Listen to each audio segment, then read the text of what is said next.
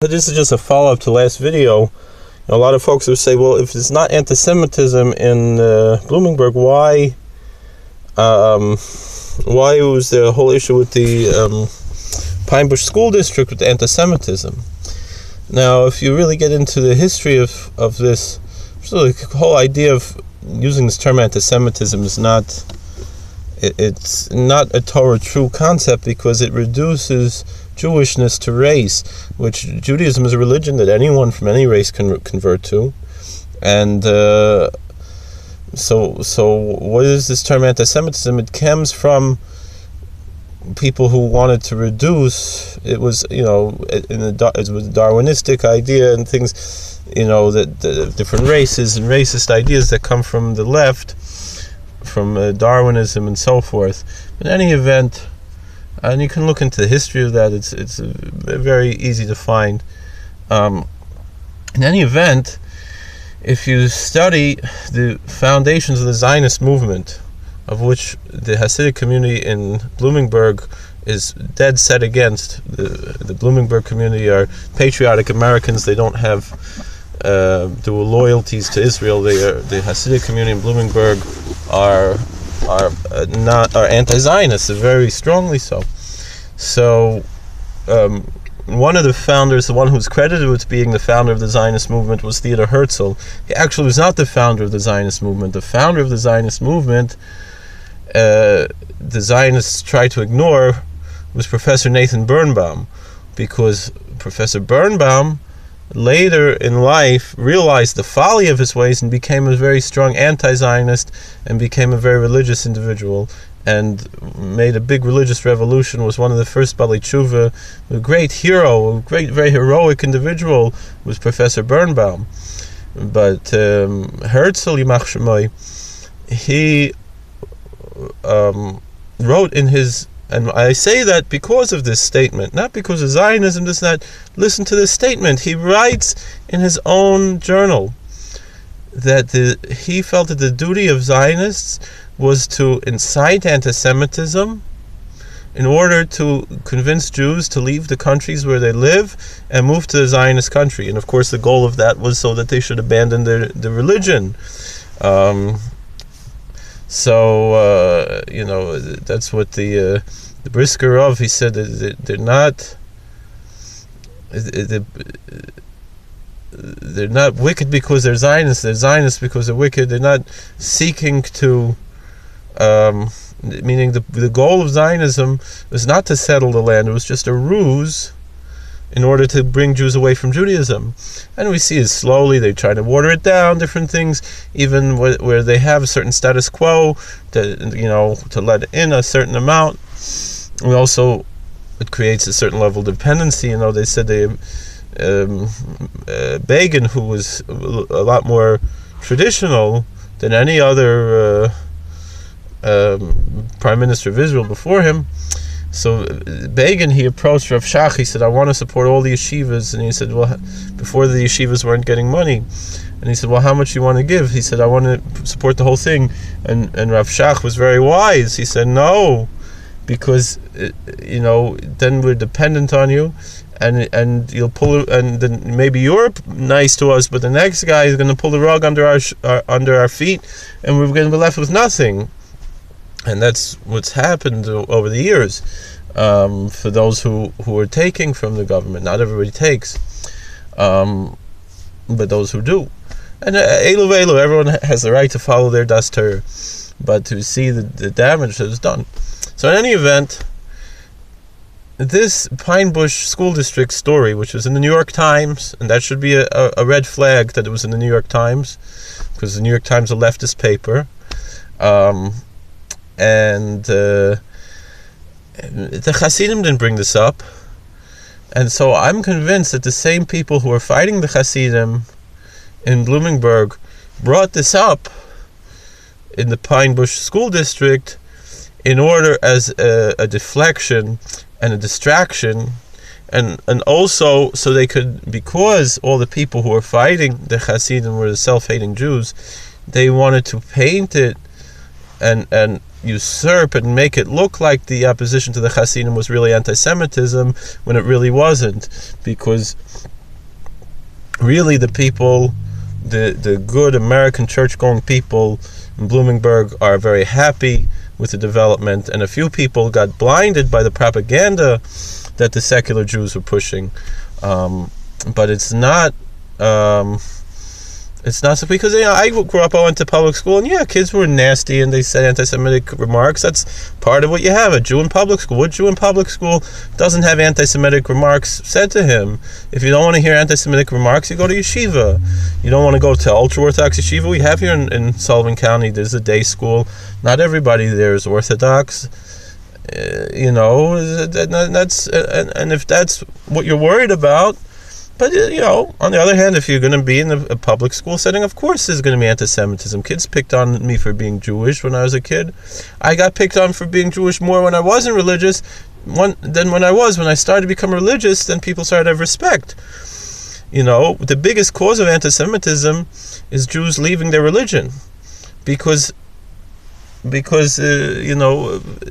in a way it's almost a justified cause, meaning, there are two causes. One is people who are actually evil and they're opposed to God and they're opposed to God's word. Sigmund Freud said that the real hard anti-Semites, the real evil anti-Semites, he didn't make a distinction. He just said anti-Semites, they don't hate the Jews because they killed Jesus, but because they brought Jesus. Meaning that which means that a real religious Christian can't be an anti-Semite. But of course the church was hijacked over the years, especially in Europe, where it was more a paganized church as opposed to in America, where it's a more Judeo-Christian, God-centered, biblical-centered church. Even those churches which were in Europe more paganistic, in America became much more biblical, much more God-centered. The Catholic Church in America is a very biblical, God-centered church. It's not the pagan church that you have in Europe. It's a much more authentic. I remember hearing Deacon McCormick on the radio with Rabbi Potasnik. He said that a lot of people might be upset he says this, but he said the best thing for the Catholic Church was the Protestant Reformation. But in a way, because it made them reflect on themselves, and that's been the Church's stance really in recent years, especially since Vatican II. But in any event, that's not the point, because in America it's a totally different. You go to Poland, you go to Italy, it's a wholly different. It's much more pagan. In America, it's much more biblical. I remember meeting Tim Kaine, who was running for vice president. He was the governor when I was a rabbi in Virginia, and we're talking about the Bible. And even he's a Catholic, but he knows the Bible, which wouldn't have been years ago, because it was more the church, not the Bible. But because in America, that's the greatness of America, is that everybody became. The freedom of religion in America led people to be much more authentic and better and all kinds of things. Just like I always say, it's the religious free market, just like the free market system of commerce produces. There's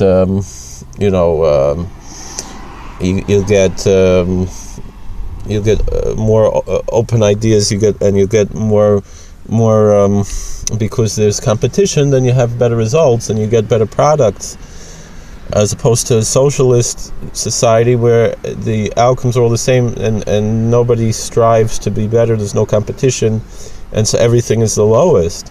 And the same thing, freedom of religion in America has brought out the best in religion, and that's again why the left is so upset about freedom of religion, because they want to control the people. It's all about control. That's what the progressive movement's all about. And so really, this whole thing with the Pine Bush School District has nothing to do with Bloomingburg. And it's really a deflection that I wouldn't be surprised if a lot of those people themselves produced in order to deflect it, so it should look like their opposition that they created could be blamed on anti-Semitism, and then that would be also for a Zionist goal as well as deflecting what the actual goal is. So again, it's so with that being said, we should really be making peace. We should really be joining together. All people who care about freedom, who care about liberty, should be united together with this small minority, the Hasidic movement. Like I was talking to my wife the other day, and she said, they complain the black vote. She says, well, how many, it just came out that for the first time, there's more than 10,000 registered voters in Kiryas Joel. And that's what they talk, the black vote. She said, 10,000, that's not a black vote, that's a joke. What are you talking about, 10,000? I said, it's half of the people in the town, and the people in Kiryas Joel are trying to weaken their black vote by giving up any power in the town and making themselves politically weaker by making their own town. And yet, you see the ruse of these people like Emily Conver. She doesn't want to accept it because she knows that she makes more money as a rabble-rouser than she would actually making peace. But that's unfortunately what the left does. Liberals should not identify with the left. A real liberal should be more identified with a libertarian, just like a conservative should be identified with the libertarian. We don't want to see this crazy alt-right either, which is not biblically based. We want to see a freedom-based, constitution-based in America, because there is a wall of separation between church and state. That does not mean that there's total. It means that we don't have an official Church of America like there's a Church of England, or the Chief Rabbinate of Israel, or how various countries are Catholic countries and Muslim countries with official religions. And also atheism and secularism is also not the official religion like it is in France or in Turkey and those countries. America is a totally radically free country in the Jeffersonian ideal, and that's been upheld in court, meaning even to the point where, like, the Universal Life Church and these type, meaning like you can define religion however you want, and you have total freedom of religion, and you can ordain clergy, and the state should recognize them, things like that, within their laws and so forth. All right. With that being said, I want to thank you for watching. Please like, share, and subscribe, and let's try to see how can we make peace. How can we extend the olive branch? Because the people are not going anywhere. So how can we live in peace and live in a society together as Americans united? God bless. Thank you, and thank you for watching.